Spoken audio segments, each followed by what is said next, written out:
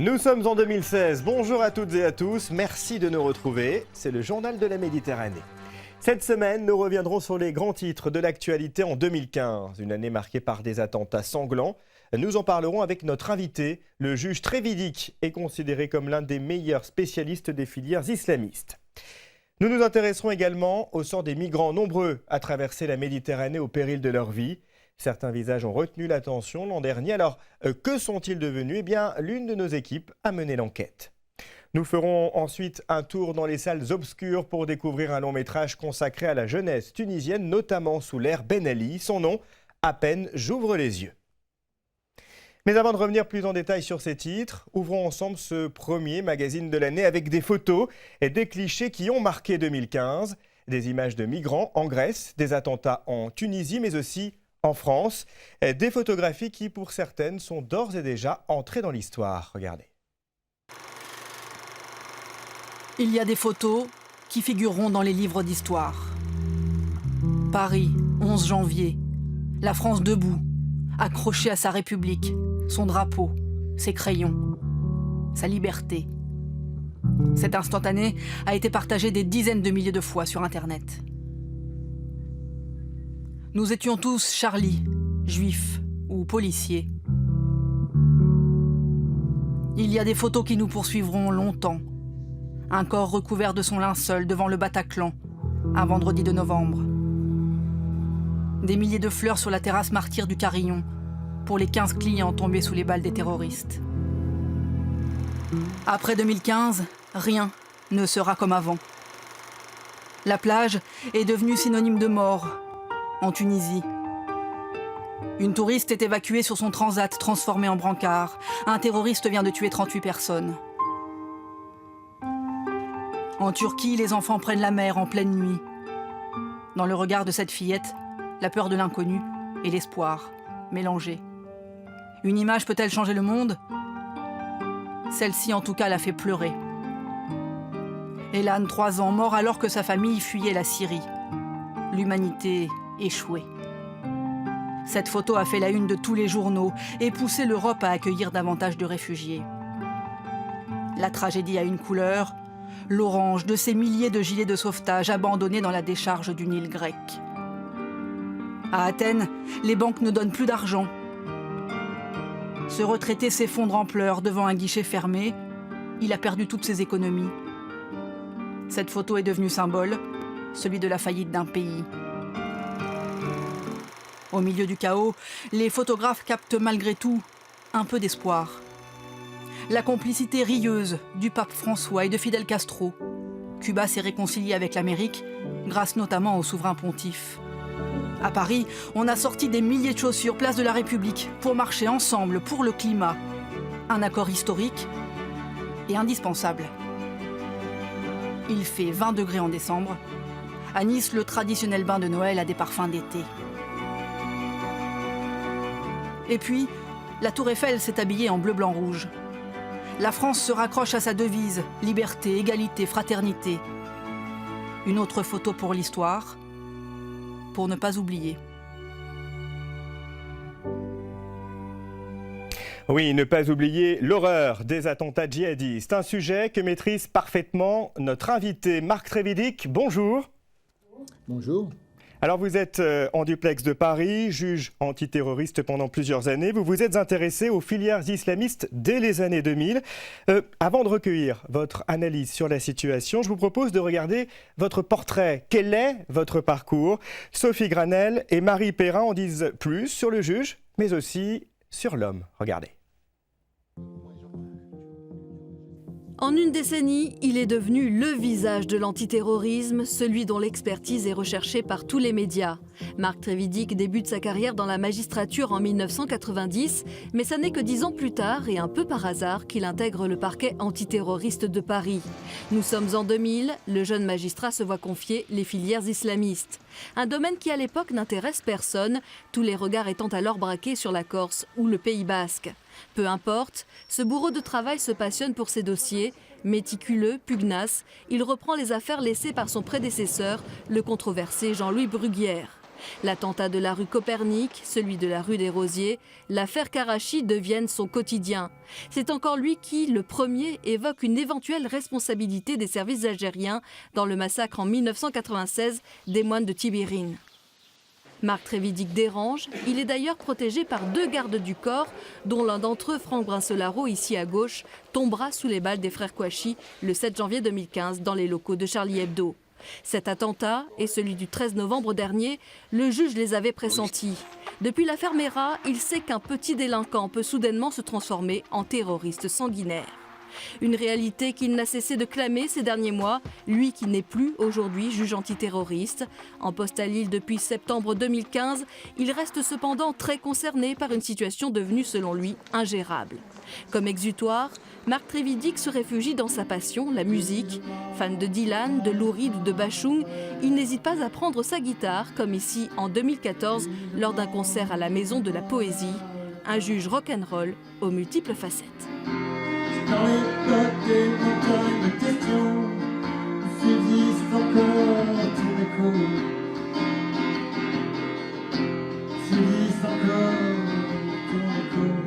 Oui, alors Alain Bachung, Bob Dylan, on vient de le voir. La musique, c'est une vraie passion pour vous, Marc Trévidic? C'est une passion, c'est un besoin. Je suis pas bien si j'ai pas pu écouter de la musique dans la journée.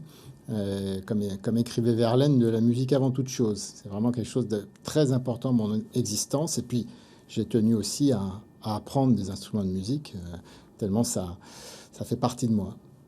Alors avant de revenir plus largement sur votre rôle au pôle antiterroriste, j'aimerais qu'on vous connaisse un peu mieux de façon presque un peu plus intime, car vous venez de sortir un roman, Alam, c'est son nom, c'est un prénom féminin qui signifie rêve en arabe. Un roman que je montre à l'antenne, on va en reparler. Voilà un monde dans lequel on ne vous attendait absolument pas. Le problème de la France, de manière générale, c'est qu'on met des étiquettes sur les gens. Alors, on est notaire, on est avocat, on est juge d'instruction, mais on n'a pas le droit de faire autre chose et être autre chose. Moi, je pense qu'on peut avoir des passions, faire d'autres choses, et qu'il n'y a pas que la profession. On peut vouloir justement faire de la musique, écrire des livres, des romans. C'est pas du tout incompatible. On n'a qu'une seule vie, donc il faut mieux faire tout ce qui nous intéresse pendant cette vie. Elle est unique. Alors Alam, c'est une histoire d'amour en Tunisie au début des années 2000, alors que le pays est confronté à la montée de l'islamisme. Votre expérience au pôle antiterroriste vous a guidé dans la rédaction de cet ouvrage? Oh, évidemment, j'ai pris de ce que j'avais ressenti, de ce que j'avais connu.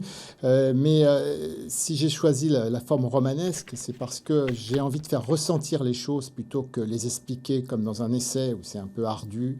Et finalement, on en ressort avec des informations, mais sans avoir ressenti ce que c'est qu'un jeune qui se fanatise, ce que c'est qu'une tension, ce que c'est qu'un affrontement entre des sociétés qui s'opposent.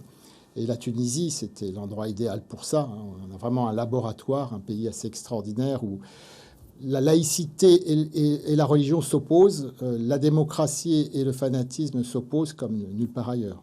Justement, la Tunisie, vous avez choisi ce décor pour votre roman. C'est un pays que vous connaissez bien, vous, personnellement? Je connais la Tunisie bien, j'irai pas jusque-là. Simplement, quand j'étais petit, à 9-10 ans, mes parents m'amenaient aux îles Kerkena, qui sont des îles en face de Sfax, et je voulais que l'action se situe là. C'est une Tunisie qui est préservée quelque part, et je voulais que ça soit une île, parce que précisément, dans cet endroit un peu préservé, je voulais vous montrer que le fanatisme religieux, le terrorisme, arrive peu à peu, monte en puissance peu à peu, et finalement finit par éclater même dans ces endroits théoriquement préservés. Marc Trévidic, avant de revenir ensemble sur votre expérience au pôle antiterroriste du tribunal de grande instance de Paris, et alors que l'on commémore en ce moment les attentats de janvier 2015, je vous propose d'entendre un témoignage émouvant, celui de la veuve de Philippe Braham. Cet homme est l'une des victimes de l'hypercacher il y a un an. Ce père de 3 enfants faisait ses courses lorsqu'il a été assassiné par Hamedi Coulibaly, un terroriste. Comment vit-on lorsqu'un drame pareil frappe votre famille? Une rencontre poignante qui va nous emmener jusqu'à Jérusalem. Depuis la mort de son mari, Valérie Braham a changé d'appartement. Mais le souvenir de son époux est omniprésent. J'adore cette photo. Philippe Braham, 45 ans, a été tué en faisant ses courses à l'hypercacher le 9 janvier. C'est la photo la plus récente de mon mari. Bien plus qu'une photo, une présence pour ses 3 enfants de 2, 3 et 9 ans. Quand ils font quelque chose, ou ils veulent me parler de leur père, ils vont tout de suite vers sa photo. Papa, papa. Même la dernière. Hein. Depuis 1 an, la vie quotidienne a changé. Les 3 enfants de Valérie Braham fréquentent toujours la même école confessionnelle, mais désormais, sous surveillance renforcée. Chaque jour à la sortie, c'est la seule famille que le vigile de l'école escorte jusqu'à la voiture. Il va m'accompagner jusqu'à la voiture, de la sortie jusqu'à la voiture avec mes enfants. Viens, je vais t'en donner une, viens. Malgré la peur, Venez. Valérie Braham a décidé de rester en France, quitte à renoncer à une partie d'elle-même. J'essaie d'effacer toute trace de judaïcité, on va dire. J'enlève mon fils lui porte plus la kippa à l'extérieur. J'évite de les appeler par leur prénom parce qu'ils ont des prénoms à connotation juive. On rentre dans une paranoïa, j'imagine plein de choses. On se fait des films, il y en a un, il va venir, il va me kidnapper un de mes gosses. Alors que c'est des craintes qu'on aurait pu avoir avant, mais elles se sont amplifiées avec tout ça et je me sens vraiment pas en sécurité.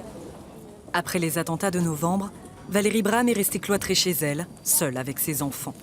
C'est à ce moment-là qu'elle a décidé d'aller consulter un psy.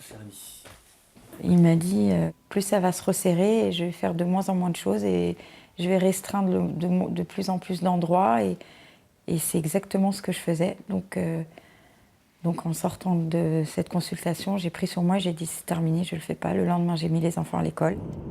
Valérie Braham s'est rendue sur la tombe de son mari. Il est enterré à Jérusalem, comme les autres victimes de l'hypercacher. Dans le cimetière, les 4 tombes sont côte à côte. Quand on vient le pèleriner, on prend un caillou et on le pose et ça montre qu'on est passé. Ça fait 1 an.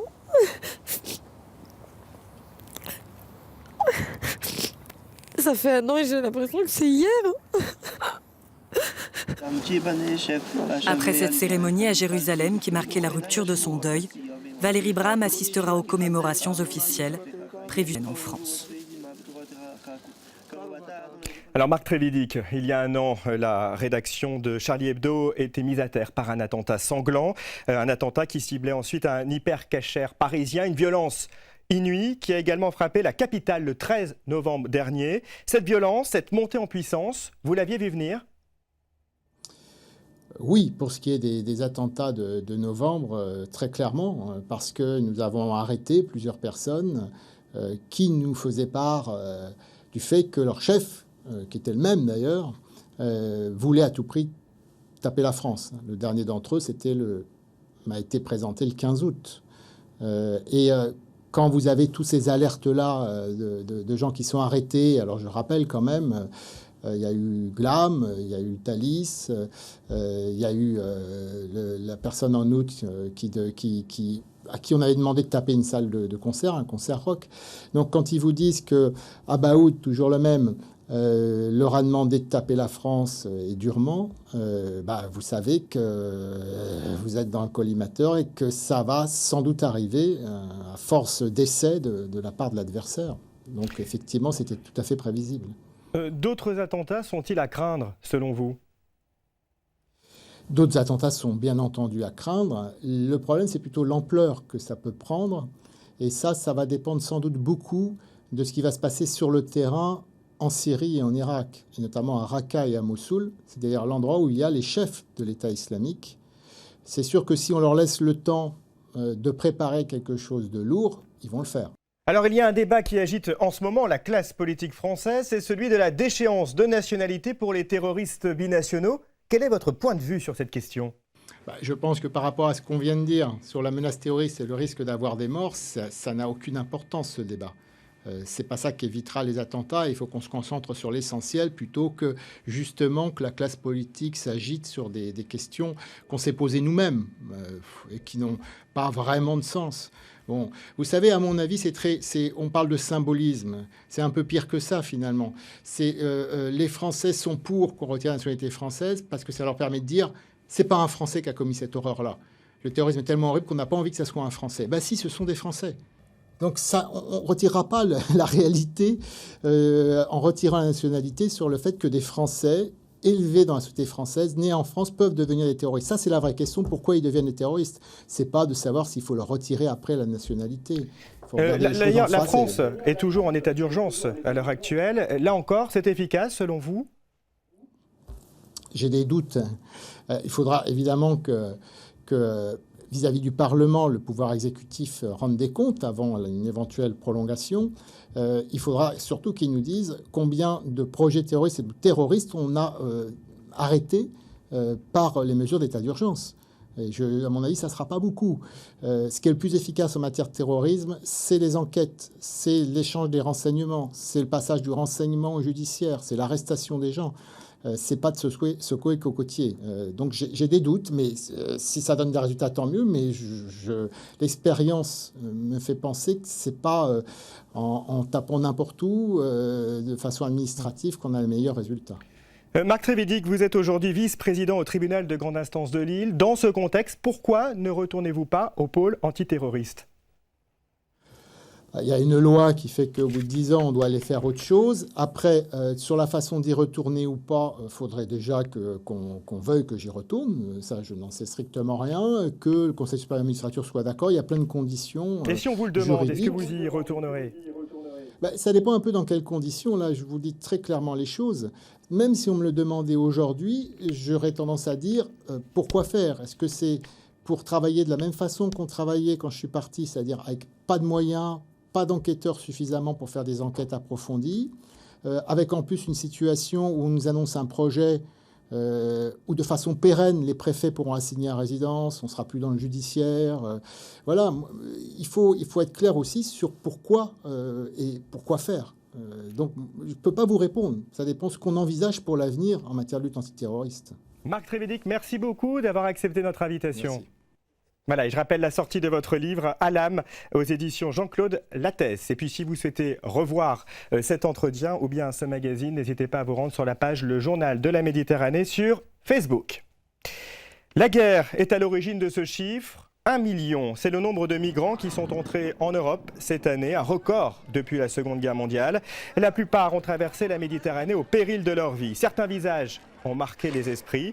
On pense à ce pianiste syrien réfugié depuis en Allemagne ou encore au père du petit Aylan, cet enfant mort noyé dont la photo est devenue le symbole du drame des migrants. Alors, que sont-ils devenus ? Portrait croisé signé Lilia Melconian. Un pianiste dans les décombres de Damas, un père de famille qui enterre son fils de 3 ans et un entraîneur de football projeté à terre dans sa fuite. Leurs histoires ont symbolisé la vague de migrants en Europe. Que sont-ils devenus ? Abdallah Kurdi, c'est le père du petit Aylan, l'enfant retrouvé mort sur une plage en Turquie. Désormais, il s'occupe d'un projet humanitaire en Irak et adresse un message à l'Europe. J'aimerais que le monde entier ouvre ses portes aux Syriens. En cette fin d'année, je voudrais que vous preniez en compte la douleur des pères, des mères et des enfants qui cherchent la paix et la sécurité. Je vous souhaite une bonne année, avec l'espoir que l'an prochain, la guerre en Syrie prendra fin.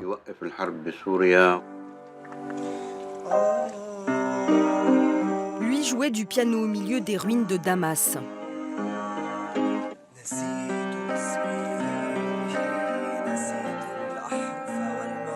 Parfois, pour passer le temps, il faisait chanter les enfants. Mais la musique est interdite par l'État islamique. Un jour, un djihadiste l'interpelle dans la rue. C'est quoi ce truc, il me dit? Un piano? Tu sais pas que la musique est interdite? Il a jeté de l'essence sur le piano. Et après, bye bye piano. Ce n'est pas une bonne idée de discuter avec eux. Donc tu rentres. Aujourd'hui, il vit à Dortmund en Allemagne. Une marque d'instruments a promis de lui offrir un nouveau piano. Il n'attend plus qu'un statut officiel de réfugié pour reprendre ses études. Osama Abdulmohsen s'était retrouvé au sol, son fils dans les bras. Cette journaliste hongroise l'avait volontairement fait tomber. Entraîneur de foot en Syrie, Son histoire avait bouleversé un centre de formation de football en Espagne. Il y est désormais entraîneur. Je vous aime. J'aime Madrid, l'Espagne. Merci pour tout. Régulièrement, père et fils font des apparitions en tribune ou même sur le terrain, sourire aux lèvres, aux côtés d'internationaux du football. 3 destins très différents qui incarnent l'histoire de ce million de réfugiés qui ont franchi les frontières de l'Europe, un record depuis la Seconde Guerre mondiale.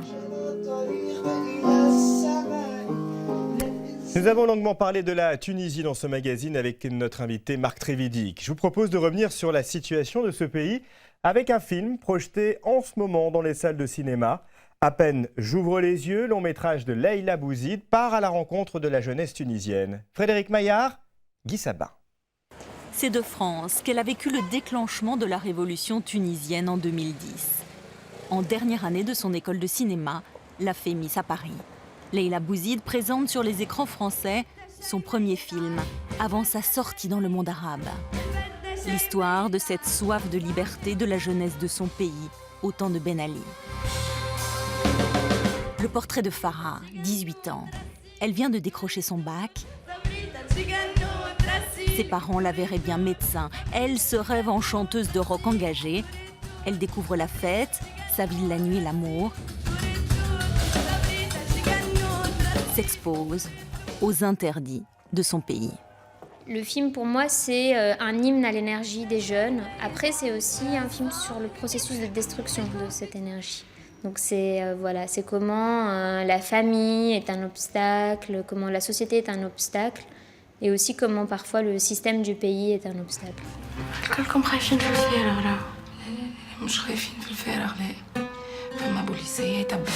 Je suis un homme et je trouve que les femmes ont pris le pouvoir sur les hommes en termes d'idéologie, de révolte.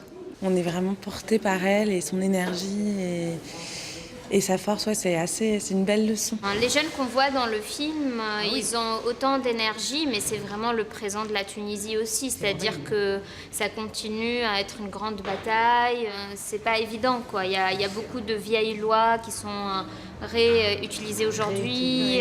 Et donc, on a une période très délicate en Tunisie en ce moment.